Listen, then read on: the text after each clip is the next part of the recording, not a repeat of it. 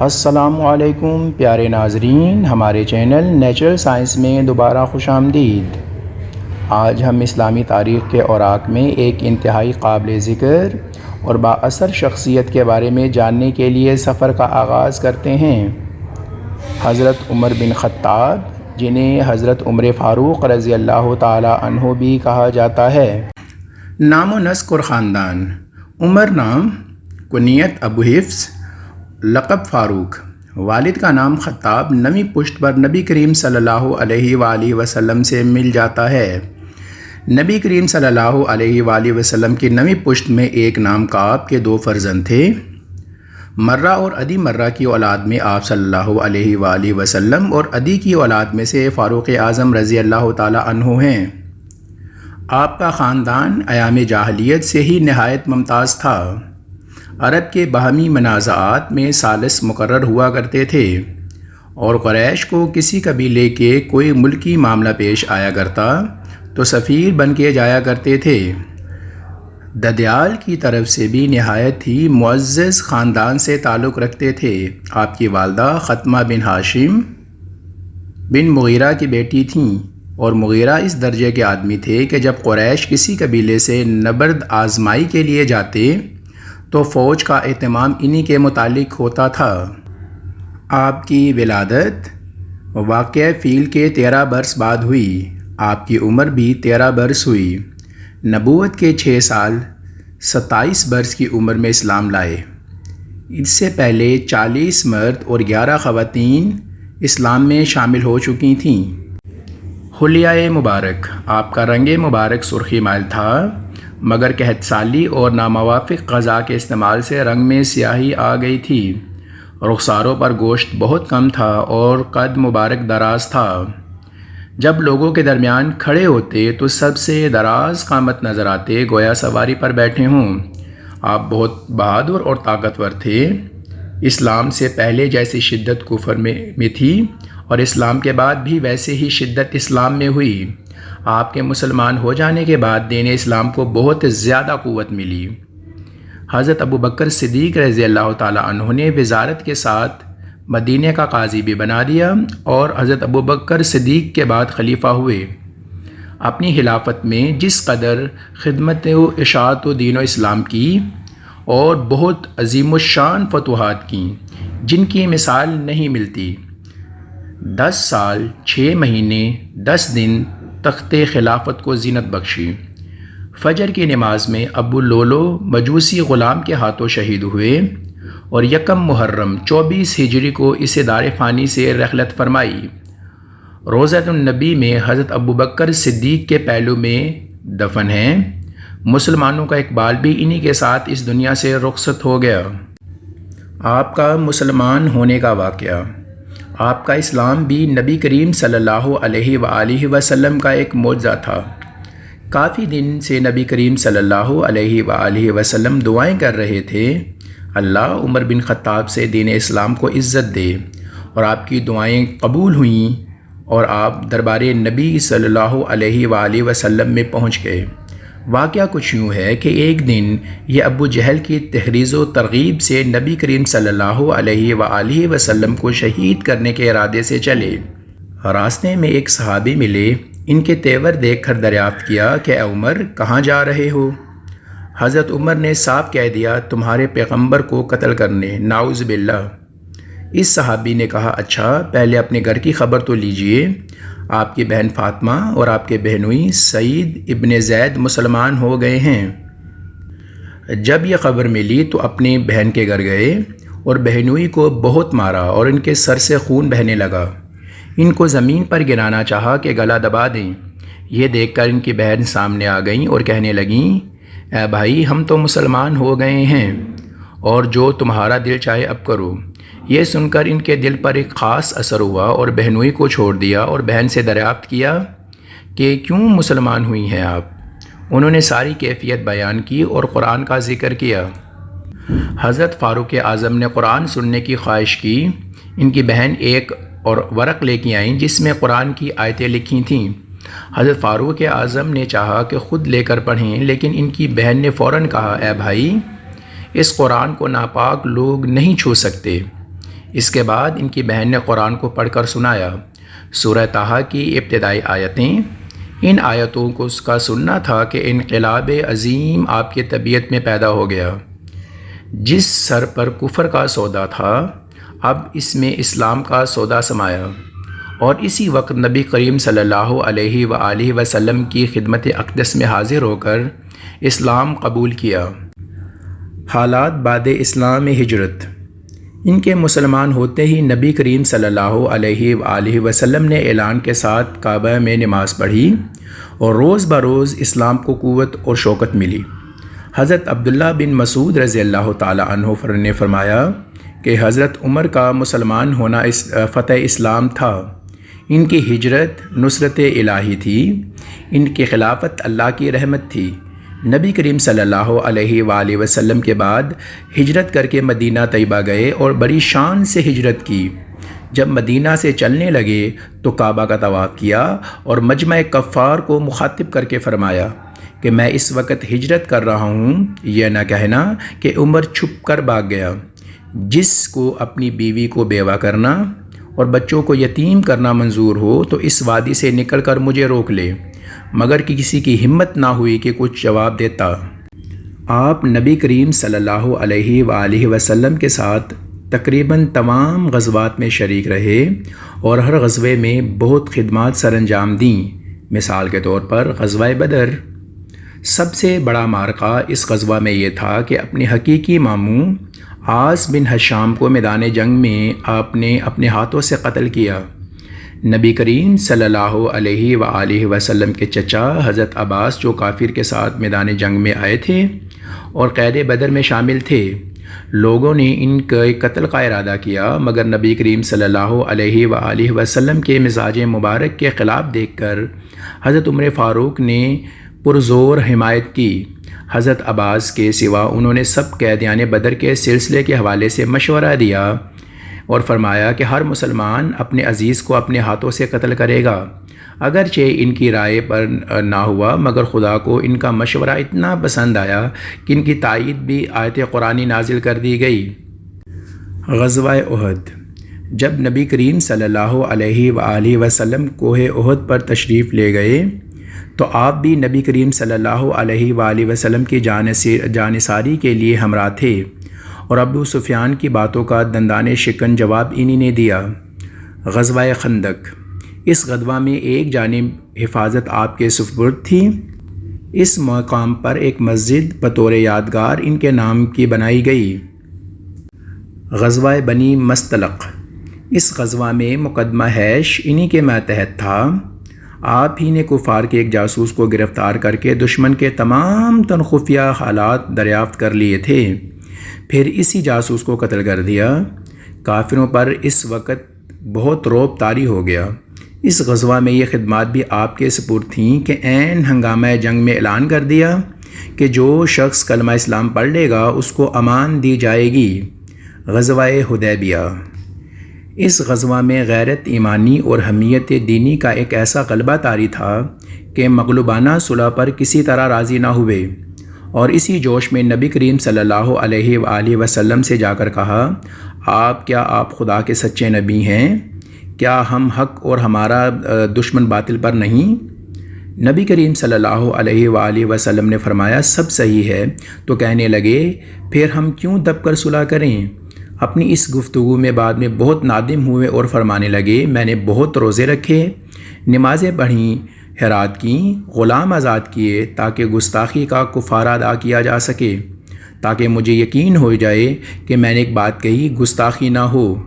صلح حدیبیہ سے لوٹتے وقت جب سورہ افتتاحیہ نازل ہوئی تو صحابہ کرام کے قلوب کے لیے جو ان کی مغلوبانہ صلح سے زخمی ہوئے تھے بہترین مرہم تھی۔ پھر نبی کریم صلی اللہ علیہ وآلہ وسلم نے انہی کو سنائی، کیونکہ اس میں فضیلت اور خوشخبری انہی کے لیے تھی۔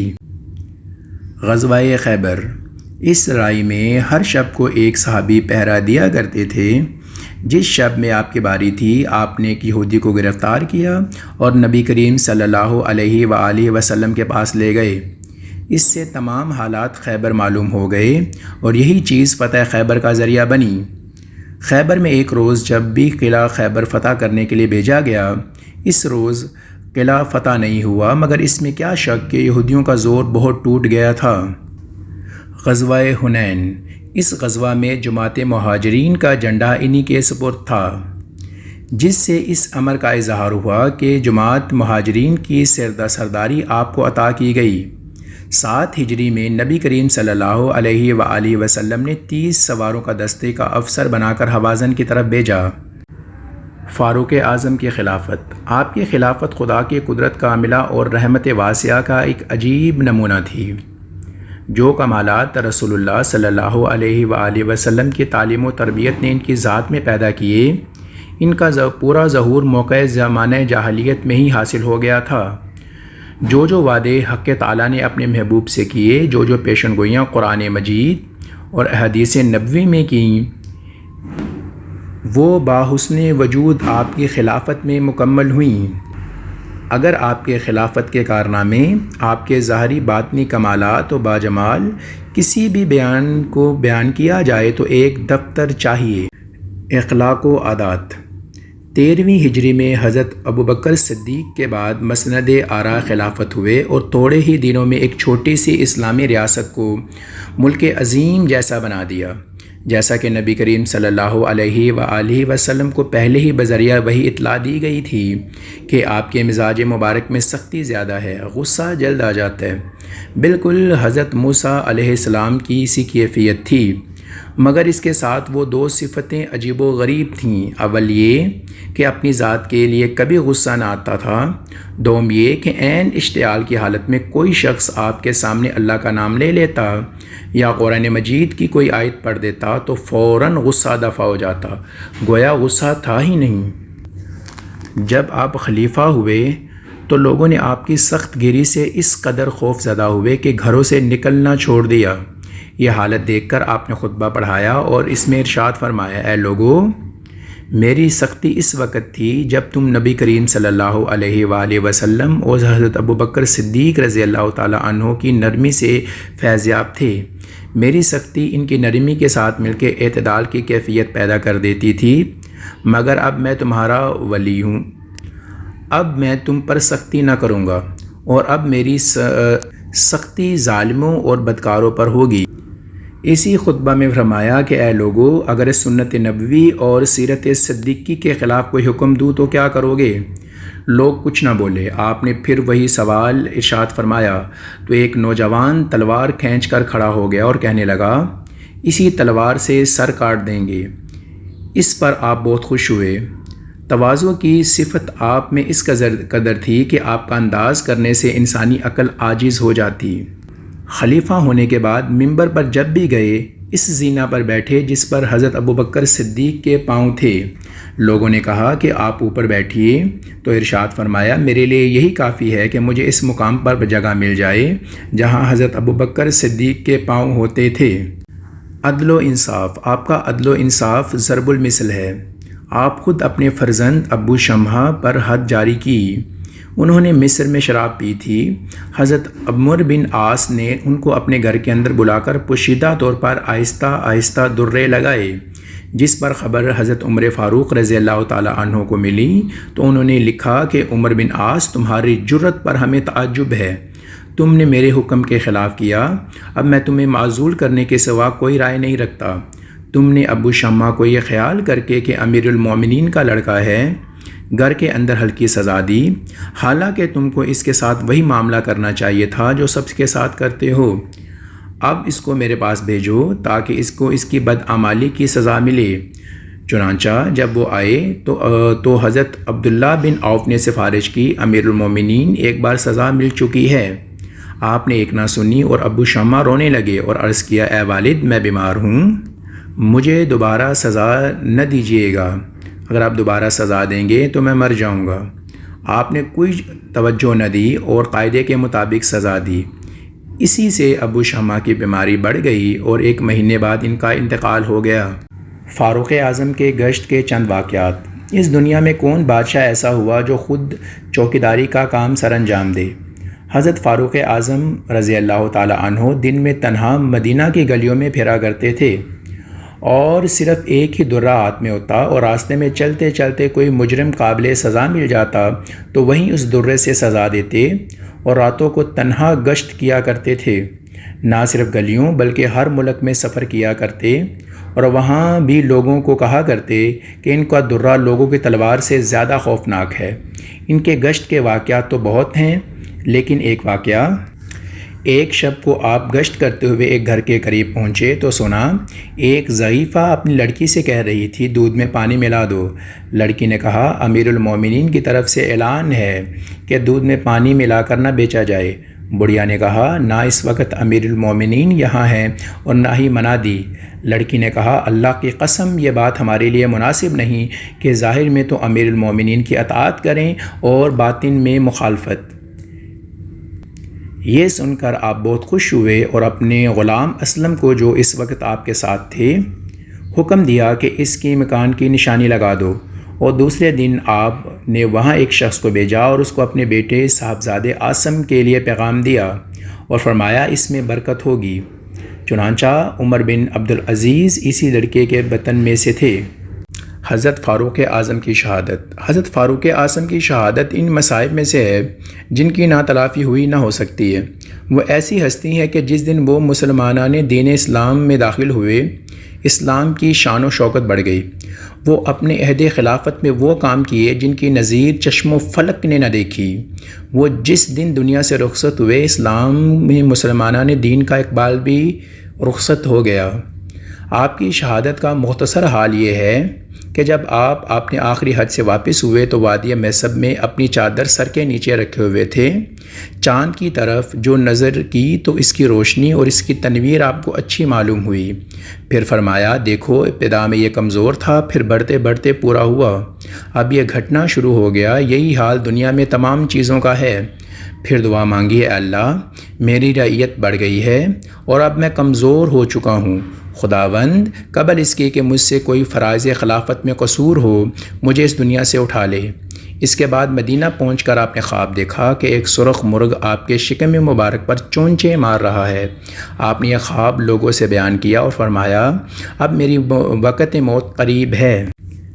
اس کے بعد یہ ہوا کہ ایک روز معمول کے مطابق نماز کے لیے مسجد میں تشریف لے گئے اور اس وقت ایک درہ آپ کے ہاتھ میں ہوتا اور سونے والوں کو ایک ایک درہ سے جگاتے، اور اس کے بعد مسجد کی پہنچ کر نمازوں کی صفیں درست کروانے کا حکم دیتے۔